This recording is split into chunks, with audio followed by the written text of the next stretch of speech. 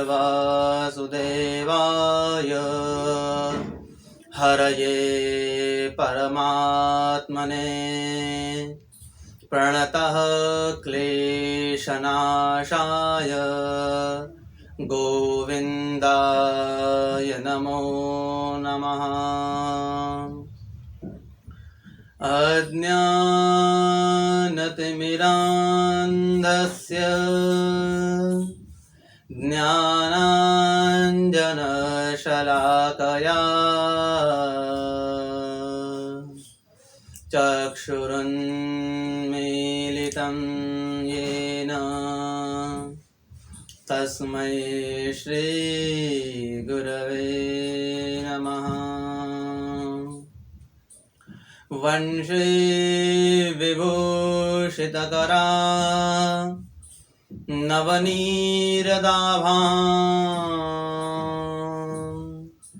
पीताम्बरामरुणबिम्ब फलाधरोष्ठां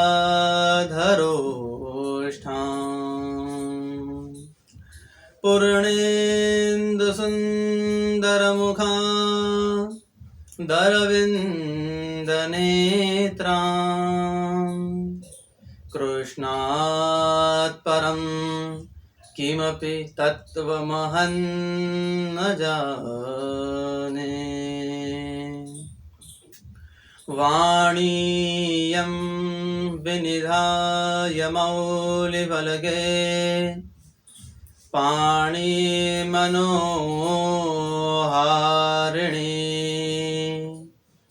विद्यावादनकारिणी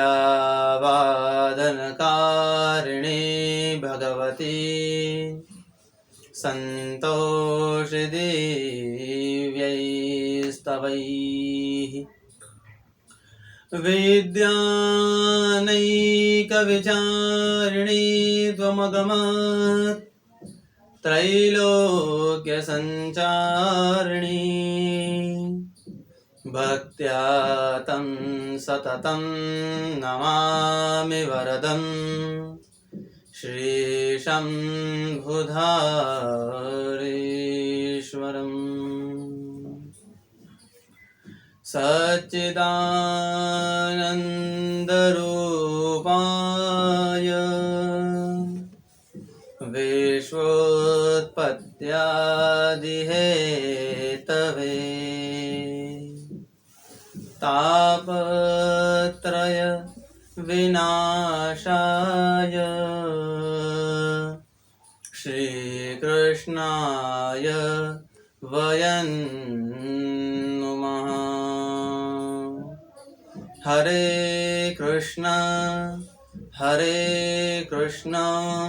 कृष्ण कृष्ण हरे हरे, हरे राम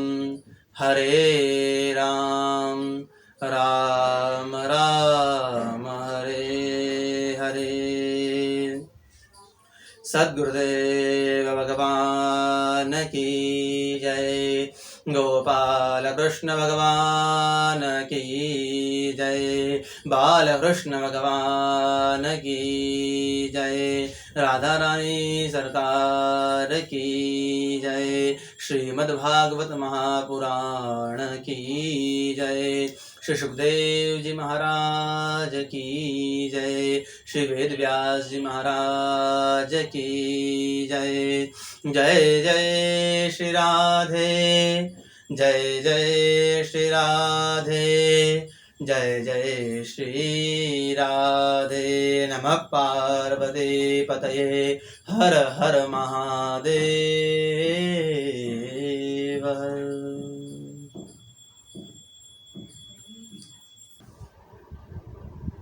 आइए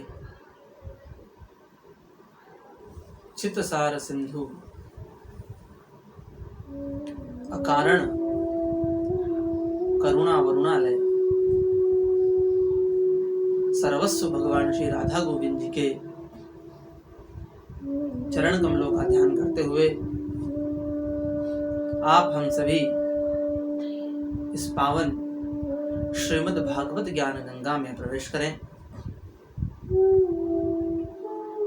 YouTube के माध्यम से कथा को श्रवण कर रहे सभी हरिभक्तों वैष्णव जनों के चरणों में व्यासपीठ की ओर से आप सभी को मेरा प्रणाम। आज कथा के इस पावन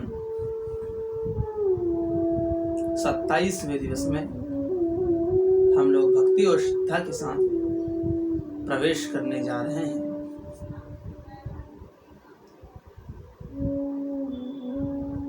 दशम स्कंध की ये पावन कथा, जिसमें हम लोगों ने श्रवण किया कि किस प्रकार वसुदेव जी और माँ देवकी के यहाँ भगवान ने अवतार लिया।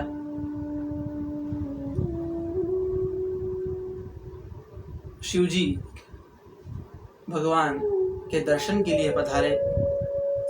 भगवान ने पूतना का उद्धार किया, शकटासुर का उद्धार किया।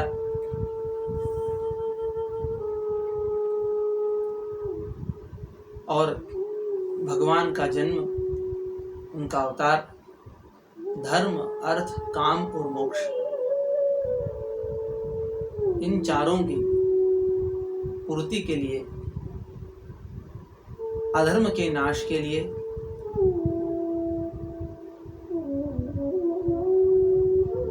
भक्तों को प्रेम देने के लिए, रस देने के लिए हुआ है। सामान्यतया यदि हम लोग विचार करें तो जब भगवान का अवतार हुआ तो भगवान के जन्म को अवतार कहा गया।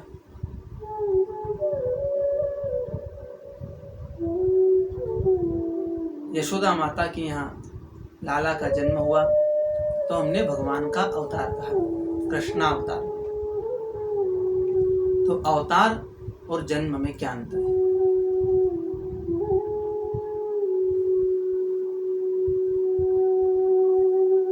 जैसे माता यशोदा के यहाँ जन्म हुआ, वैसे ही और भी घरों में बालकों का जन्म होता है। तो फिर ये जन्म विशेष क्यों है? इसमें क्या अंतर है? अवतार इसीलिए कहा गया, जैसे मान लीजिए कोई व्यक्ति किसी रास्ते से जा रहा है और जाते जाते वो सड़क में बने हुए किसी गड्ढे में गिर गया। अब निकलने का प्रयास करने लगा, किंतु कुछ लोग देखते हुए आगे निकल गए। एक व्यक्ति आया, उसके पास कुछ रस्सी थी, तो उसने उस रस्सी की सहायता से नीचे उतर करके उस व्यक्ति के पास गया और उसे बचाया। एक व्यक्ति ऐसा है जो गड्ढे में गिर गया और दूसरा व्यक्ति ऐसा है जो उस गड्ढे में उतरा। दोनों गड्ढे में हैं, किंतु एक गिरा है और दूसरा उतरा है। गिरने में और उतरने में अंतर है।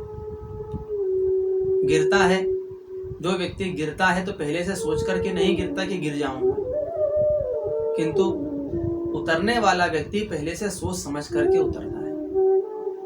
बस यही अंतर है जन्म और अवतार में। किसी बालक का जन्म होता है तो वो जन्म किसी के हाथ में नहीं होता कि फलाने अमुक व्यक्ति के यहाँ जन्म लूंगा, अमुक व्यक्ति के यहाँ जन्म लूंगा। निश्चित नहीं होता है। मनुष्य के हाथ में न जन्म है और न मृत्यु है तो सिर्फ उसका जीवन, किंतु वो जीवन भी मनुष्य ने दूसरों को दे रखा है, दूसरों के अनुसार जीता है, दूसरों के अनुसार आचरण करता है।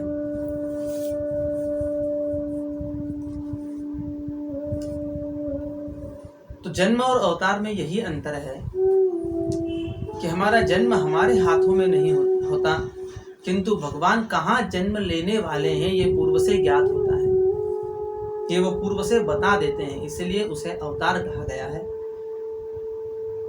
तो भगवान ने अवतार लिया और विभिन्न लीलाएं की। और भगवान को गायों से बड़ा प्रेम है। कुछ विद्वान तो ये भी कहते हैं कि भगवान राम जन्म में गौचारण नहीं कर पाए, इसीलिए एक गोप के यहाँ जन्म लेकर के गौचारण किया, पुतना का उद्धार किया, शकटासुर का उद्धार किया, उखल बंधन किया, यमलार्जुन का उद्धार किया। ये यमलार्जुन जो है, जो दो पेड़ थे, वो पूर्व जन्म में नल कुबेर और मणिग्रीव थे। एक समय नल कुबेर और मणिग्रीव दोनों अप्सराओं के साथ में स्नान कर रहे थे। उसी समय उस तालाब पर नारद जी का आगमन हुआ और जैसे ही जलाशय पर नारद जी आए, वैसे ही अप्सराओं ने तो अपने वस्त्र पहन लिए, किंतु मणिग्रीव और नलकुबेर ने नारद जी का सम्मान नहीं किया। इससे और वैसे ही स्नान करते रहे। तब नारद जी ने उनको श्राप दे दिया कि तुम दोनों वृक्ष के समान जड़ हो, इसीलिए वृक्ष ही हो जाओगे। तब दोनों को अपनी भूल का एहसास हुआ। उन्होंने नारद जी के चरणों में गिर करके प्रार्थना की। तब नारद जी ने कहा कि पेड़ तो हो जाओगे, किंतु द्वापर युग में भगवान कृष्ण के हाथों से तुम्हारा उद्धार होगा। तो ये यमलार्जुन के जो पेड़ थे, ये नल कुबेर और मणिग्रीव थे, जिनका उद्धार भगवान ने अपने हाथों से उखल बंधन लीला के माध्यम से किया।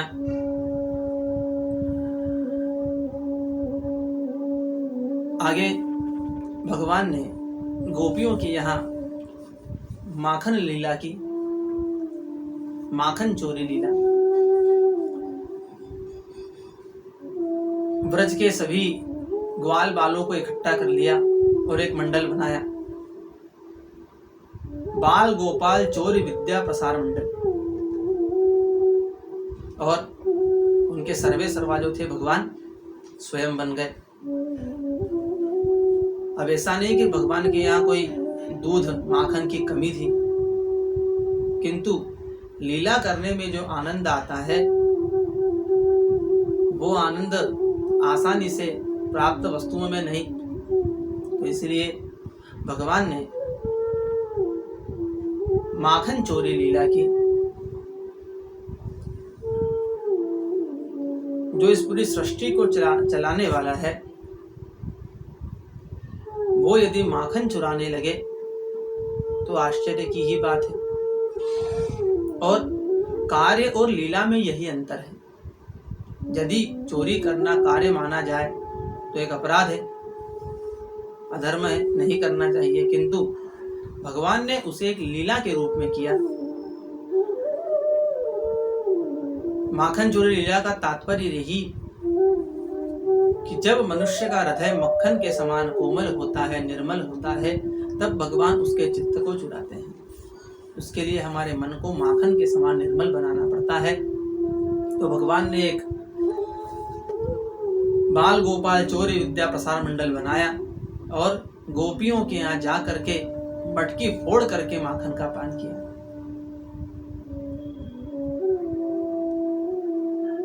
एक समय बाल गोपाल के साथ में घूमने के लिए गए यमुना के तट पर। वहीं भगवान ने मृदा भक्षण किया। सभी बालकों ने आकर के माता यशोदा को बताया कि कान्हा ने मिट्टी खाई है। तब माता ने भगवान का मुंह खोला, क्यों रे लाला, तूने मिट्टी खाई है? कान्हा जी कहने लगे कि माँ, ये तो सब झूठ बोलते हैं, यदि मैंने खाई है तो मुंह खोल के देख लीजिए। और जैसे ही भगवान ने मुंह खोला, माता यशोदा ने भगवान के मुख में ब्रह्मांड का दर्शन किया। अब माता सोचने लगी कि शायद ये कोई तपस्वी पुरुष है जो इस स्वरूप में आए हैं। उसी समय भगवान समझ गए कि यदि ये मुझे भगवान मान लेगी तो फिर मैं इनके वात्सल्य का लाभ नहीं ले पाऊंगा, इस प्रेम का लाभ नहीं ले पाऊंगा। इसीलिए भगवान की माया ने आकर के उसमें विक्षोभ उत्पन्न कर दिया और माता यशोदा की जो ब्रह्मांड दर्शन की स्मृति थी इसको विलुप्त कर दिया। तो इस प्रकार माता यशोदा को भगवान ने अपने मुख में ब्रह्मांड का भी दर्शन कराया और 5 वर्ष की छोटी अवस्था में गोचारण प्रारंभ किया। और जिस दिन से भगवान ने गोचारण प्रारंभ किया उसी दिन को गोपाष्टमी के रूप में मनाया जाता है।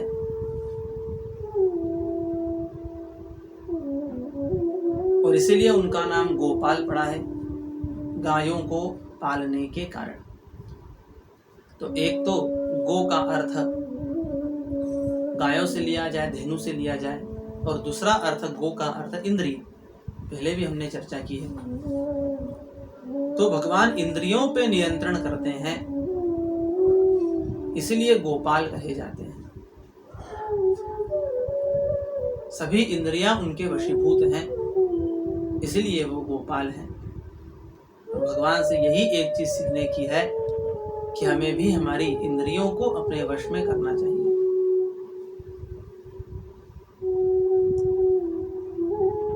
जब तक हमारी इंद्रियां हमारे वश में नहीं है तब तक भगवान का प्रेम, उनकी भक्ति हमें प्राप्त नहीं हो सकती।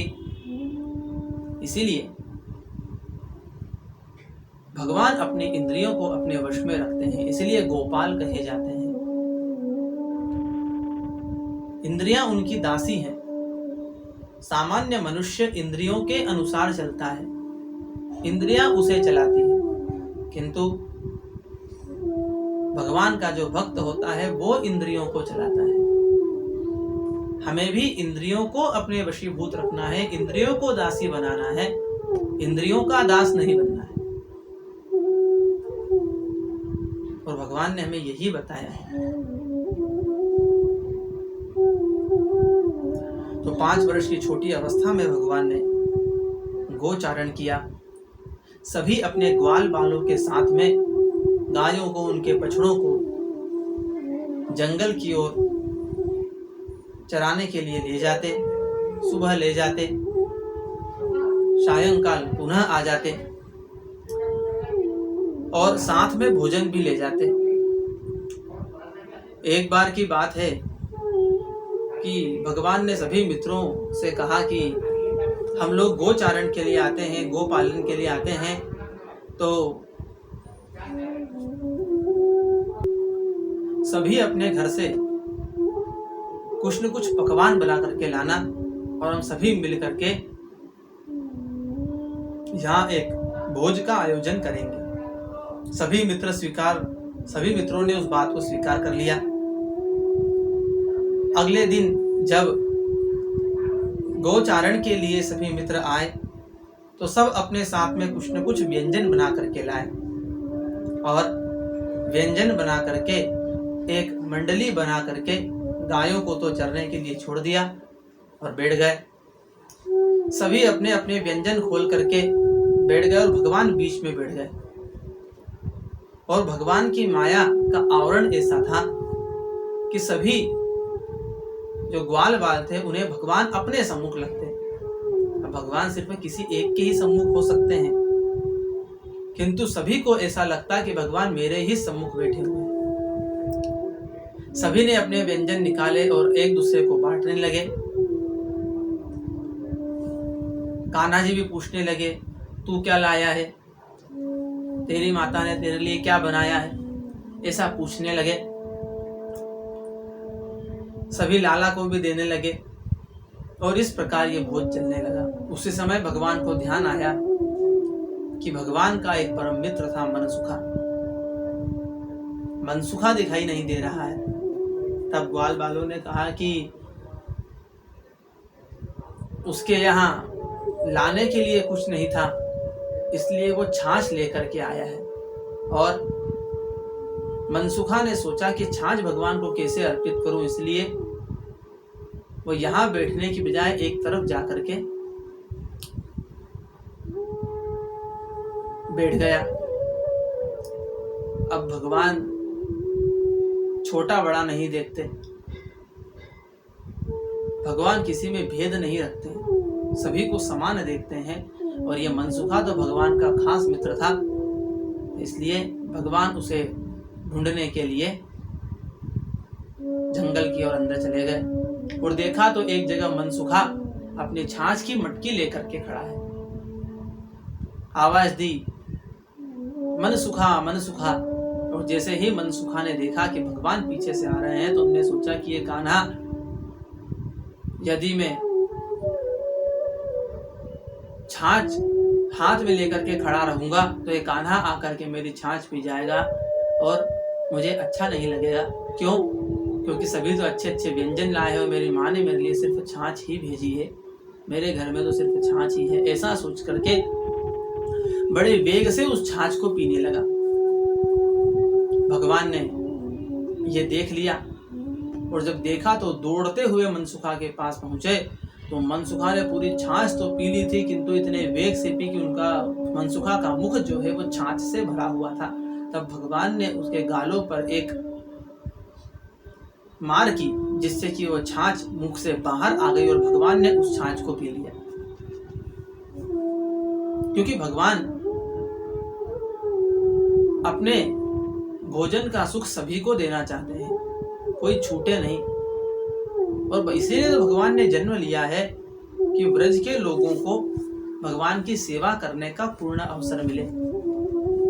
क्योंकि ये जो ब्रज के जितने भी लोग हैं, ये अनेक वर्षों से भगवान की तपस्या में रत हैं और अनेक जन्मों से भगवान के दर्शन करने के लिए तप कर रहे हैं। तब भगवान ने इन्हें आदेश दिया कि मैं ब्रज में जन्म लूंगा और तुम सब भी ब्रज में जन्म लेकर के मेरे उस स्वरूप का दर्शन कर पाओगे, उस प्रेम को देख पाओगे। तो मनसुखा के मुख की जो छाछ थी वो भगवान ने पी ली। और ब्रह्मा जी अपने ब्रह्मलोक से ये सब देख रहे हैं। तब ब्रह्मा जी ने सोचा कि क्या किसी का जूठा खाने वाला भगवान हो सकता है?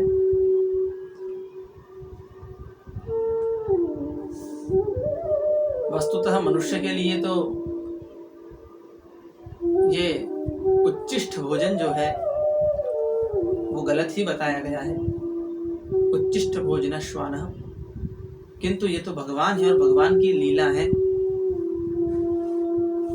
तो ब्रह्मा जी ये सब देख करके ऊपर से सोच रहे हैं कि ये भगवान तो नहीं हो सकते, क्या भगवान किसी का जूठा खा सकते हैं? तो ब्रह्मा जी ने सोचा कि इनकी परीक्षा ली जाए, और ऐसा सोच करके ब्रह्मा जी ने जितने भी ग्वाल बाल थे उन सबको अदृश्य कर दिया, और जितने भी गोवत्स थे, बछड़े थे, गायें थी, उन सबको भी अदृश्य करके बांध करके और अपने ब्रह्मलोक को ले गए। भगवान इधर उधर सब जगह उन्हें ढूंढने लगे, किंतु जब कोई नहीं मिला तब भगवान ने आंखें बंद की, और आंखें बंद की तो सारा वृत्तांत जान गए कि ये सब की कुछ ब्रह्मा जी का किया हुआ है। तब भगवान ने अपने ही स्वरूप से इतनी गोवत्स भी बनाए, गायें भी बनाई और ग्वाल बाल भी बनाए, सब अपने ही स्वरूप से बना दिए और सामान्यतया गोचारण कर रहे हैं। घर की ओर लौटे, घर की ओर लौट करके भी बछड़ों को गायों के पास छोड़ दिया। सभी ग्वाल बाल अपने अपने घर को चले गए, उनकी माएं भी उन्हें प्यार करने लगी, प्रेम करने लगी, और ऐसा 1 वर्ष तक चलता रहा। यहाँ 1 वर्ष इसीलिए लिया गया है कि ब्रह्मा जी का जो एक क्षण होता है एक वर्ष के समान होता है। तो जब 1 वर्ष तक ये सब चलता रहा और ब्रह्मा जी को अपनी गलती का एहसास हुआ, तो उन्होंने जाकर के देखा कि देखें तो सही कि अब क्या चल रहा है ब्रज में। और जैसे ही ब्रह्मा जी ने वहां आकर के देखा तो पता लगा कि वहां तो सब गायें, सभी ग्वाल बाल सभी अपने अपने घर में खेल रहे हैं, सभी बछड़े अपने गांव गैया मैया के पास हैं। और जब ये देखा तो ब्रह्मा जी ने सोचा कि मैंने तो इन सबका हरण कर लिया था, तो फिर ये कौन है। ऐसा सोच करके फिर अपने ब्रह्मलोक को गए। अब भगवान तो सब लीला जानते हैं। ब्रह्मा जी जब पृथ्वी पर इन सब का हाल देखने के लिए आए थे, उसी समय भगवान कृष्ण अपना रूप बदल करके ब्रह्मा जी का रूप धारण कर लिया और ब्रह्मलोक को चले गए। और ब्रह्मलोक में जा करके बाहर जो दूत खड़े थे उनको आदेश दे दिया कि इस पृथ्वी पर बहुत सारे बहरूपीय घूम रहे हैं, जो अलग अलग रूप बना करके घूम रहे हैं, मेरा भी रूप बना लेते हैं। इसलिए अब मेरे रूप वाला कोई दूसरा व्यक्ति आए तो उसे प्रवेश मत देना। ऐसा कहकर भगवान ब्रह्मा जी का रूप बना करके ब्रह्मलोक में चले गए और ब्रह्मलोक में जाकर के एक आसन पर बैठ गए। इधर ब्रह्मा जी जब ब्रज में आए और उन सब ग्वाल बालों को देखा, गैया मैया को देखा, तो देख करके बड़ा उन्हें आश्चर्य हुआ। उन्होंने कहा कि कहीं ये मेरे यहाँ आते समय वहां से छूट करके तो नहीं आ गए। तो पुनः ब्रह्मलोक देखने के लिए गए और जैसे ही ब्रह्मलोक में प्रवेश करने के लिए लगे तो दूतों ने ब्रह्मा जी को रोक लिया। ब्रह्मा जी कहने लगे कि तुम मुझे नहीं रोक सकते, ये तो मेरा ही लोक है, मैं ही ब्रह्मा हूं। दूत कहने लगे कि बहुत देखे तुम्हारे जैसे ब्रह्मा, तुम अंदर प्रवेश नहीं कर सकते। ब्रह्मा जी बोले कि मैं ही ब्रह्मा हूं। तो दूत कहने लगे कि ब्रह्मा जी तो पहले से ही अंदर विराजमान है। ब्रह्मा जी सोचने लगे कि अब क्या किया जाए। तब ब्रह्मा जी ने दूतों को कहा कि ठीक है, तुम एक बार तुम्हारे ब्रह्मा जी से मुझे मिला दो। तब दूत उनको पकड़ करके ब्रह्मा जी के पास ले गए और जैसे ही देखा तो भगवान हाथ में बंशी लेकर के मोर मुकुट सिर पर धारण पीतांबर पहने हुए हैं और मंद मंद मुस्कुरा रहे हैं। यह देख करके ब्रह्मा जी किंग कर्तव्य विमूढ़ हो गए। आत्मग्लानि हुई और आत्मग्लानि पश्चाताप करते हुए भगवान श्री कृष्ण के चरणों में गिर पड़े और भगवान की स्तुति की कि हे प्रभु, मुझे क्षमा कर दीजिए, मुझसे भूल हुई, मैंने आपको गलत समझा। हमने ही आपसे प्रार्थना की कि आप अवतार लीजिए, और जब आपने अवतार लिया तो मैंने आपके स्वरूप को नहीं पहचाना, मुझे क्षमा कर दीजिए। इस प्रकार ब्रह्मा जी ने सुंदर स्तुति की। तब भगवान प्रसन्न हुए और ब्रह्मा जी ने उन्हें साष्टांग प्रणाम किया।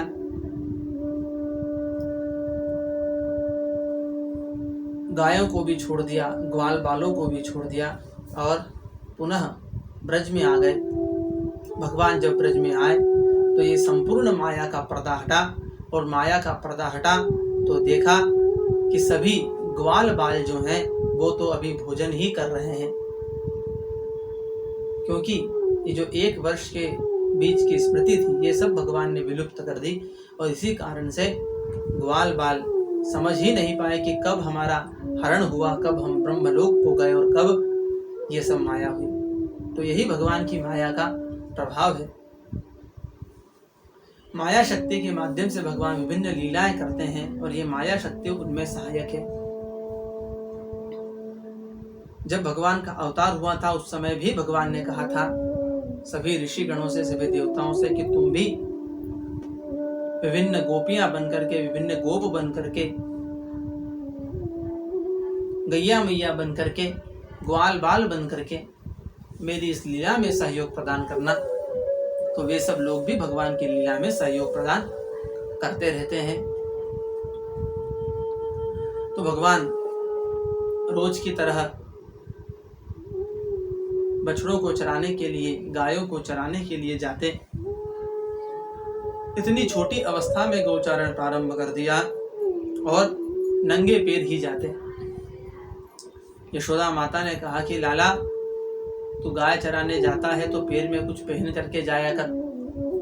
तब कान्हा ने कहा कि जब मेरी गाय, मेरे बछड़े बिना कुछ पहने जाते हैं तो फिर मैं कैसे पहन के जा सकता हूँ। इसलिए भगवान भी नंगे पैर ही गौचारण करने जाते हैं। वस्तुतः भगवान चाहते हैं कि मेरे चरण जहाँ जहाँ पड़ेंगे वो रज, वो मिट्टी, वो भूमि पवित्र हो जाएगी और आने वाले युगों युगों तक भक्तों को उसका लाभ मिलता रहेगा। तो उस लाभ को प्रदान करने के लिए भगवान नंगे पैर ही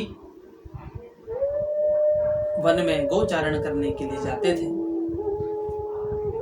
तो इस प्रकार भगवान ने गोचारण लीला की, ब्रह्मा जी को शरणागति दिलाई। गोचारण करने के दौरान एक समय कुछ गायें यमुना जी का जल पीने के कारण मर गई और तब भगवान को एहसास हुआ कि जिस कालिया नाग के कारण ये यमुना जी इतनी अपवित्र हो गई है, इसे पवित्र करना चाहिए। कालिया नाग अपनी पत्नियों के साथ में यमुना जी की हृद में ही रहता था और अपने मुख से इतना विष निकालता कि उससे पूरा यमुना जी का जल विषाक्त हो गया था और इतना गर्म विष निकालता था कि उसकी भाप से ऊपर उड़ने वाले पक्षी भी आकर के उसमें गिर जाते थे। और जब यमुना जी की इस प्रकार की स्थिति को देखा, अब चूंकि जो ब्रज के लोग थे उनके लिए यमुना जी ही जल का एकमात्र साधन थी, किंतु इसके भी खराब होने के कारण वहां जल की समस्या होने लगी और इसीलिए भगवान ने यमुना जी को साफ करने का संकल्प लिया।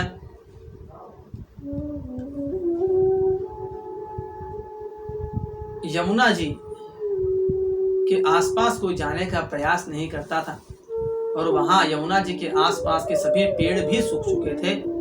सिर्फ एक कदम्ब का पेड़ था जिस पर जब गरुड़ जी अमृत के कलश को लेकर के आ रहे थे तो कुछ दूर उस कदम्ब के पेड़ पर बैठे थे और उस कदम्ब के पेड़ पर बैठने के कारण उसकी कुछ बूंदे, अमृत के कुछ बूंदे उस कदम्ब के पेड़ पर गिर गई, जिससे वो सदैव हरा भरा रहता था। भगवान ने उस कदम्ब के पेड़ पर चढ़ करके जोर से छलांग लगाई और छलांग लगा करके यमुना जी की रथ में घुस गए और यमुना जी की रथ में घुस करके कालिया को मारने लगे। कालिया ने भगवान को अपने आवेश में वेष्टित कर लिया तो भगवान के स्वरूप को जकड़ लिया। अब भगवान के स्वरूप को, शरीर को जकड़ने के कारण भगवान स्थिर हो गए। इसी दौरान सभी व्रज के ग्वाल बाल, गोपियां, माता यशोदा, नंद बाबा सभी दौड़ते हुए यमुना जी तक पहुंचे। माता यशोदा जी और नंद बाबा तो यमुना जी में कूदने ही वाले थे, किंतु बलराम जी ने उन्हें रोक दिया। और भगवान ने जब ये देखा कि कहीं मेरे कारण से गाय यमुना जी में न गिर जाएं, तब उस स्थिति को छोड़ करके भगवान ने अपने शरीर का विस्तार किया और जैसे ही भगवान ने अपने शरीर का विस्तार किया वैसे ही कालिया की त्वचा फटने लगी और कालिया नाग छटपटा करके गिर पड़ा। उसके आंखों से, उसके मुख से रक्त बहने लगा और एक और गिर पड़ा। तभी भगवान उसके फन पर चढ़ गए और फनों पर चढ़ करके भगवान नृत्य करने लगे। सभी देवता, किन्नर, गंधर्व, अप्सराएं पुष्प वर्षा करने लगे, भगवान की स्तुति करने लगे। भगवान ने कालिया के ऊपर नृत्य किया, नटवर नागर कहलाए। भगवान के इस पराक्रम से कालिया बहुत आहत हो गया और उसकी त्वचा फटने लगी और ऐसी स्थिति में भगवान के चरणों में गिर पड़ा। नाग पत्नियां भी अपने बच्चों को आगे करती हुई भगवान के चरणों में गिर गई और भगवान से क्षमा याचना करने लगी और कहने लगी कि हे प्रभु, आज हम धन्य हो गए। आज जो ये आपका दंड है ये भी हमारे लिए सौभाग्य हो गया। किंतु क्योंकि भगवान के हाथ से दमन होना भी उनका आशीर्वाद ही है। हर कोई भगवान के हाथ से मृत्यु को प्राप्त नहीं होता। आज हमारे पिछले जितने भी जन्म थे वो सभी सफल हो गए, सार्थक हो गए। जो आपने हमारा उद्धार किया, तब भगवान प्रसन्न हुए और कालिया को कहा कि ये यमुना जी का जल ब्रजवासियों के उपयोग के लिए है, सेवन के लिए है, और इसलिए तुम इस रथ को छोड़ करके चले जाओ। तब कालिया भगवान से कहने लगा कि हे प्रभु, मैं तो चला जाऊं, किंतु गरुड़ जी मुझे नहीं छोड़ेंगे। तब भगवान ने कहा कि मेरे चरण चिन्ह तुम्हारे मस्तक पर पड़ चुके हैं, और जब गरुड़ जी यह दृश्य देखेंगे, मेरे चरण चिन्हों को देखेंगे, तो तुम्हारा कुछ भी नहीं बिगाड़ेंगे। ये कालिया जो है, वास्तविकता में ये रमणीक नगर में निवास करता था, और गरुड़ जी उस रमणीक नगर में जाकर के हर दिन एक सर्प को मार करके खा जाते। तब सभी जितने भी नाग थे उन्होंने एक सभा की, और सभा का आयोजन करके ये निश्चित किया कि हर माह की अमावस्या को एक बलि गरुड़ जी के लिए रख दी जाएगी। गरुड़ जी ने भी स्वीकार किया और ये क्रम चलता रहा। किंतु एक समय जब कालिया की बारी आई, तो कालिया ने अपनी बलि न देते हुए वहां से भाग गया, और वहां से भाग करके यमुना के रथ में घुस गया। और वो जानता था कि जो गरुड़ जी है वो यमुना के रथ में नहीं आ सकते, क्योंकि एक समय यमुना के जल में ऋषि स्नान कर रहे थे। उसी समय गरुड़ जी आए, और गरुड़ जी ने आकर के वहां मत्स्यों को परेशान करना प्रारंभ कर दिया, उन्हें खाने लगे। तब इस अवस्था को देख करके जो संत थे वो नाराज हो गए, क्रोधित हो गए, और उन्होंने गरुड़ जी को श्राप दे दिया, यदि तुम इस रथ में आकर के मत्स्यों का पान करोगे, भक्षण करोगे, तो तुम्हारी उसी समय मृत्यु हो जाएगी। और कालिया ये बात जानता था, इसीलिए कालिया उस रथ में जाकर के घुस गया था। किंतु अब भगवान के चरण कमल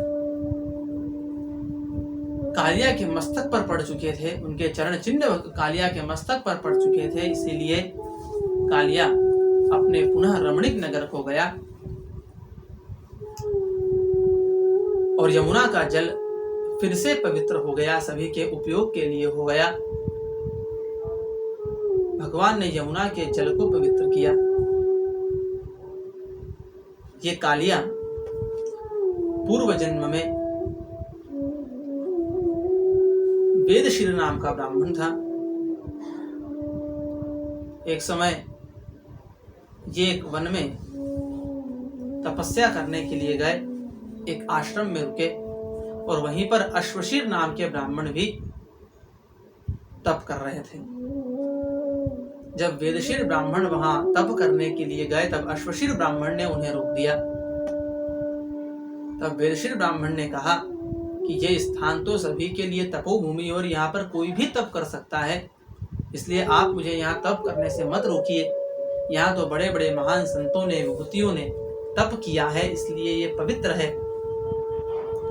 तब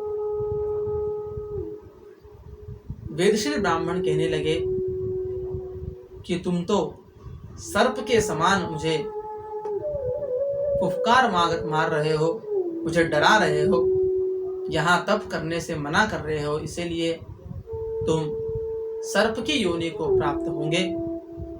और इधर अश्वशीर ब्राह्मण ने उन्हें काक के समान, कौवे के समान वार्तालाप करने के कारण कौवा होने का श्राप दे दिया। इसी समय भगवान वहां प्रकट हो गए और वहां दोनों ब्राह्मणों को समझाया और कहा कि दोनों,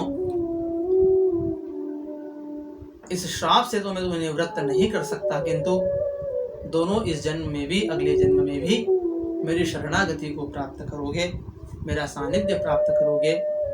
तो एक ब्राह्मण तो कालिया के रूप में कृष्ण जन्म के समय प्रकट हुए, उनका जन्म हुआ और भगवान के हाथों से उनका दमन हुआ, भगवान के चरण चिन्ह उन पर पड़े। और एक जो ब्राह्मण थे वो रामावतार में काकभूषुंडी जी के रूप में उन्होंने जन्म लिया। तो ये कालिया का पूर्व जन्म था जिसकी कथा हम लोगों ने श्रवण की। तो ऐसी भगवान ने बहुत सी लीलाएं की है, किंतु इतनी लीलाएं करने के बाद भी ब्रज के लोग भगवान को बालक ही समझते थे और यही उनकी लीला है। यदि कोई सामान्य मनुष्य कालिया जैसे नाग का संहार कर दे तो हम लोग तो उसे सामान्य नहीं मान सकते, किंतु ब्रज के लोग तो भगवान को अपना छोटा सा लाला ही मानते हैं, उन्हें गोद में लेकर के खिलाते हैं, बड़ा लाड़ प्यार करते हैं और अपने जैसा ही मानते हैं, कोई अंतर नहीं करते। और भगवान की लीलाओं में, छोटी छोटी लीलाओं में भी बड़ा बड़ा रहस्य छिपा हुआ है। यहाँ पर भी भगवान ने यमुना जी को साफ करने के माध्यम से पर्यावरण संरक्षण का बड़ा संदेश दिया है कि किस प्रकार भगवान ने उस जन्म में, उस काल में, द्वापर युग में यमुना को साफ करने के माध्यम से नदी संरक्षण को महत्व दिया, बढ़ावा दिया, पर्यावरण संरक्षण को बढ़ावा दिया। आज हम लोग जो स्वयं अपने हाथों से पवित्र नदियों को, पवित्र जलाशयों को, पवित्र स्थानों को अपवित्र करने का, गंदा करने का प्रयास करते हैं। हम कोई तीर्थ क्षेत्र में जाते हैं तो गंदगी नदी में ही प्रवाहित कर देते हैं, सभी कूड़ा करकट गंदगी सभी नदी में करते हैं और हमारे कारण से ही पर्यावरण इतना प्रदूषित हो रहा है, गंदा हो रहा है। जहां पर कितना पैसा खर्च करके, मूल्य खर्च करके और माता गंगा की सफाई का अभियान चलाना पड़ रहा है, और वो इसीलिए क्योंकि सभी कारखानों का गंदा जल गंगा में जाकर के मिलता है, यमुना जी में जाकर के मिलता है, विभिन्न नदियों में जाकर के मिलता है, और हम लोग भी इसे गंदा करने का प्रयास कर रहे हैं। इसीलिए जब भगवान ने उस समय में यमुना जी को पवित्र करने का कार्य किया तो हम भी इस कथा से शिक्षा लेकर के नदियों को, जलाशयों को, हमारे पर्यावरण को सुरक्षित रखने का प्रयास करें, स्वच्छ रखने का प्रयास करें, साफ रखने का प्रयास करें, क्योंकि यही सब जो है, यही हमारे लिए जीवनदायिनी है। हमारा पर्यावरण ही अगर नष्ट हो जाएगा तो हमारा जीवन भी नष्ट हो जाएगा। नदियां ही समाप्त हो जाएंगी तो पृथ्वी पर पीने लायक जल ही नहीं बचेगा। यदि गंगा जी ही समाप्त हो गई तो हम तीर्थाटन करने ही कैसे जा पाएंगे, उसके मधुर जल का पान नहीं कर पाएंगे। इस पृथ्वी पर जो गंगा की इतनी महिमा बताई गई है वो समाप्त हो जाएगी। इसलिए हमारा दायित्व है, हमारा कर्तव्य है कि हम लोग भी हमारे पर्यावरण को सुरक्षित रखने का प्रयास करें, हमारी प्रकृति को व्यवस्थित रखें, हमारे आसपास के वातावरण को, आचरण को पवित्र करें, पेड़ पौधे लगाने का प्रयास करें। आज इतना प्रदूषण फैल रहा है, हम लोग विभिन्न यंत्रों के माध्यम से, विभिन्न मशीनों के माध्यम से हमारे पर्यावरण को प्रदूषित करने का, गंदा करने का काम कर रहे हैं। किंतु यदि हम हमारे ग्रंथों को उठा करके देखें तो हमारे ग्रंथों में इतने वर्ष पूर्व इस प्रकार के अभियान चलाए गए। भगवान ने स्वयं इसका बीड़ा उठाया और यमुना जी को पवित्र किया। तो हम लोग भी इस छोटे से कार्य में सहयोग प्रदान करें और हमसे जितना हो सकता है, यदि हम दूसरों को नहीं रोक सकते तो कम से कम हम तो नदियों को, पर्यावरण को प्रदूषित ना करें, इतना तो कर ही सकते हैं, किया ही जा सकता है।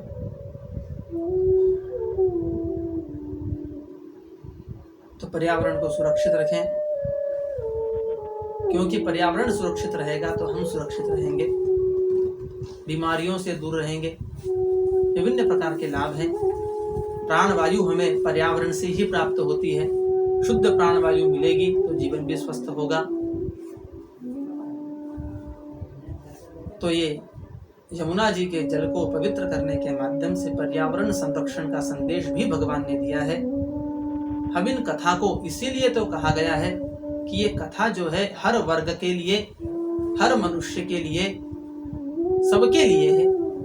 जो व्यक्ति इस कथा से जो प्राप्त करना चाहता है वो उसको प्राप्त कर सकता है। कोई तत्ववेत्ता है तो वो तत्व को प्राप्त कर सकता है, कोई मीमांसक है तो मीमांसा को प्राप्त कर सकता है, कोई रस चाहता है तो इस कथा से रस भी प्राप्त कर सकता है, और कोई संदेश चाहता है तो इस कथा से संदेश भी प्राप्त कर सकता है। और यहाँ पर भी ये संदेश इस माध्यम से, इस कथा के माध्यम से भगवान ने दिया है। तो इस प्रकार भगवान ने विभिन्न लीलाएं की। एक समय हेमंत ऋतु का पावन समय आया। उस मौसम में ब्रज की गोप कन्याएं भगवान कृष्ण को पति रूप में स्वीकार करने के लिए, कृष्ण के जैसा पति प्राप्त करने के लिए प्रातः काल में, सुबह सुबह के समय, अरुणोदय के समय, जिस समय सूर्य का उदय होता है उसके पूर्व ही उठ करके यमुना जी में स्नान करने के लिए जाती थी और वहां पर माता कात्यायनी की मूर्ति बना करके उनका पूजन करती थी। और ये उनका नियम था। एक समय गोप कन्याएं यमुना जी में कात्यायनी व्रत करने के लिए चली और अपने वस्त्र निकाल करके कदम तट पर रख दिए और तट पर वस्त्रों को रख करके स्नान करने लगी। और गोप कन्याओं ने अपने नाम के साथ में भगवान का नाम भी जोड़ लिया, क्योंकि सभी भगवान को पति रूप में चाहती थी। और माता कात्यायनी का पूजन करने लगी। कात्यायनी महामाये महायोगिन्यधीश्वरी नंद गोप सुतन देवी पति में कुरुते नमः।